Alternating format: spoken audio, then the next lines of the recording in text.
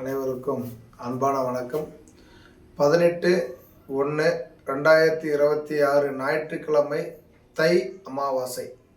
வருடத்தில் 3 அமாவாசை ரொம்ப பிரசித்தி பெற்ற அமாவாசை நம்ம சொல்லிட்டு இருக்கிறோம். அதில் ஆடி அமாவாசை, புரட்டாசி அமாவாசை, தை அமாவாசை. ஏன் இந்த 3 அமாவாசை ரொம்ப சிறப்பு அப்படின்னு பார்த்தீங்கன்னா, நம்மளை விட்டு பிரிந்த முன்னோர்களுக்கு திதி தர்ப்பணம் செய்யக்கூடிய நாள், ஒரு அற்புதமான நாள். அதாவது இறை வழிபாடை விட மிக மிக சிறப்பான வழிபாடு நம்ம முன்னோர்களை வழிபாடு.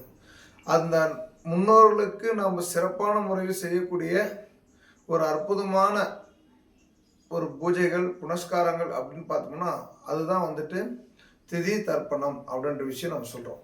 அப்போது அவங்களுடைய ஆசீர்வாதம் நம்மளுக்கு பரிபூர்ணமாக கிடைக்க வேண்டும் என்றால் நம்ம வருடத்தில் வரக்கூடிய முக்கியமான ஒரு அமாவாசை நாட்களில் அவங்களுக்கு நினைத்து அவங்க ஒரு வழிபாடை வைத்து ஒரு திதி கொடுத்து ஆற்றங்கரையிலேயோ இல்லது கடற்கரையிலேயோ அவர்களுக்கு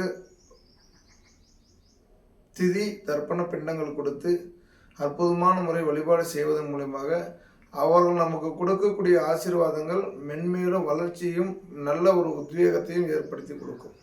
அப்போது அந்த திதி தர்ப்பணம் யார் கொடுக்க வேண்டும் அப்படின்னு பார்த்தீங்கன்னா, திதி தர்ப்பணம் ஒரு தந்தையார் இறந்துட்டாங்க அப்படின்னா தந்தைக்கு மூத்த மகன் யாரோ அவங்க தான் முதல்ல திதி தர்ப்பணம் கொடுக்கணும். இப்போது என்ன ஒரு விசேஷம் அப்படின்னு பார்த்தீங்கன்னா, நிறைய நேயர்கள் சந்தேகம் கேட்குறாங்க. ஒரு வீட்டில் அண்ணன் தம்பிங்க 3 பேர் இருக்கிறாங்க. ஆனால் 3 பேர் வீட்லேயும் வாக்குவாதத்தின் மூலமாக 3 பேர் பிரிஞ்சுட்டாங்க. சாமி, நாங்கள் திதி கொடுக்கணும் அப்படின்னா 3 பேர் ஒன்றா சேர்ந்து கொடுக்கறதுக்கான சாத்தியக்கூறுகள் இல்லை அப்படின்னா நீங்கள் தனித்தனியாக கூட கொடுக்கலாம். ஆனால் கொடுக்காமல் இருக்கிறது தான் தவறு. பெண்கள் எக்காரணத்தை கொண்டு திதி கொடுக்கறதுக்கான வாய்ப்புகள் குறைவு. பெண்கள் திதி கொடுக்கக்கூடிய ஒரே இடம் பார்த்தீங்கன்னா காசியில் இருக்கக்கூடிய கயாவில் மட்டும்தான் நீங்கள் திதி கொடுக்குற மாதிரி தான் இருக்கும்.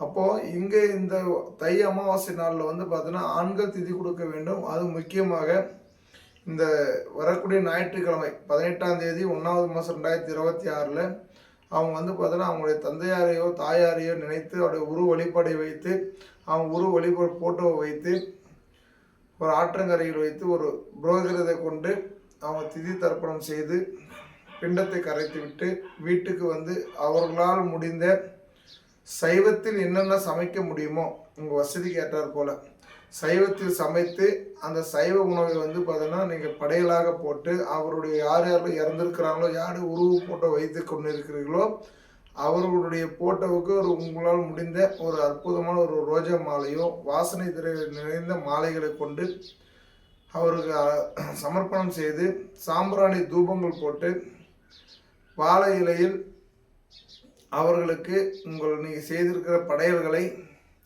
பிரசித்தமாக போட்டு அது முதலாவதாக காக்கைக்கு கொண்டு அந்த பிரசாதத்தை காக்கைக்கு வைத்துட்டு பிறகு உங்கள் குடும்பத்தில் இருப்பவர்கள் அந்த தள்ளியல் சாதத்தை உங்கள் குடும்பத்தில் இருப்பவர்கள் மட்டும்தான் அந்த சாப்பாட்டை எடுத்துக்கணும். மற்றவங்க யாருக்கும் நீங்கள் அது தானமாக கொடுக்கக்கூடாது. அது கொடுத்த பிறகு உங்கள் ஊரில் இருக்கக்கூடிய உற்றார்கள் அனைவருக்குமே நீங்கள் வீட்டில் வாழை இலை போட்டு உங்களால் முடிந்த அளவுக்கு சாப்பாடு பரிமாற்றங்கள் செய்யலாம். இதுதான் முழுமையாக திதி தர்ப்பணம் செய்யறதுக்கு. உங்களால் அப்படி முடியலை அப்படின்னா ஒரு 10 பேர்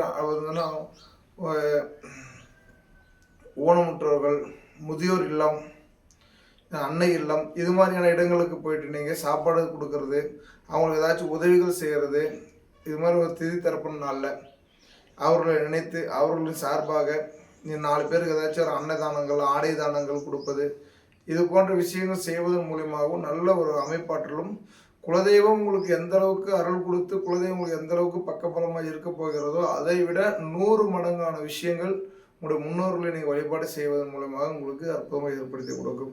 தொழில் வளர்ச்சி, உத்தியோக வளர்ச்சி, குழந்தை பேர் இல்லாமல் இருக்கிறவங்களுக்கு, திருமண தடை இருக்கிறவங்களுக்கு, இது வரைக்குமே என்னால் வீடு கட்ட முடியல, இடம் வாங்க முடியல, சொந்த பூமி அமையலை, நான் கடைசி வரைக்கும் வாடகை வீட்டிலே இருக்கிறேன், அப்படி எத்தனையோ விஷயங்கள் உங்களுக்கு இருந்தாலும் இது அனைத்தையுமே கைகூடி கொடுக்கக்கூடிய ஒரே அமைப்பாட்டு யாருன்னா உங்கள் வீட்டில் இருக்கிற இறந்து போன முன்னோர்களை நீங்கள் வழிபாடு செய்வதன் மூலியமாக இது அனைத்து விஷயங்களும் உங்களுக்கு அற்புதமான முறையில் முன்னேற்றத்தை ஏற்படுத்தி கொடுக்கும். அப்போது அந்த நாளில் நீங்கள் அசைவம் என்ற விஷயத்தை நீங்கள் முழுக்க தவிர்க்க வேண்டும். ஏன்னா சாமி, எங்கள் அப்பா இறந்துட்டாரு, ஆனால் அவர் நிறைய அசைவ பிரியராக இருந்தாலும் கூட அவர் உயிரோடு இருக்கும்போது அந்த விஷயத்தை நீங்கள் பண்ணியிருக்கலாம். இறந்த பிறகு அவருக்கு முழுக்க சைவத்தில் தான் நீங்கள் படையல் போட வேண்டும். சைவத்தை உங்கள் வசதி என்னென்னலாம் செய்ய முடியுமோ அது அனைத்துமே செஞ்சு அவங்களுடைய உருவ ஃபோட்டோ வைத்து அவர் வழிபாடு செஞ்சு பாருங்கள். உங்களுக்கு அற்புதமான ஒரு வாழ்க்கையும் அற்புதமான ஒரு முன்னேற்றத்தையும் அற்புதமான ஒரு சூழ்நிலையும் உங்களுக்கு ஏற்படுத்தி கொடுப்பார்.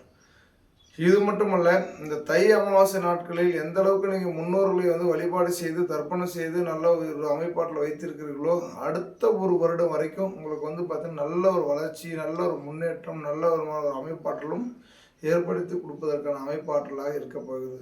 மேலும் சில விவரங்கள் தெரிந்து கொள்ள MV வெளிச்சம் அஸ்ட்ரோ டிவியை தொடர்பு கொள்ளுங்கள். நன்றி, வணக்கம்.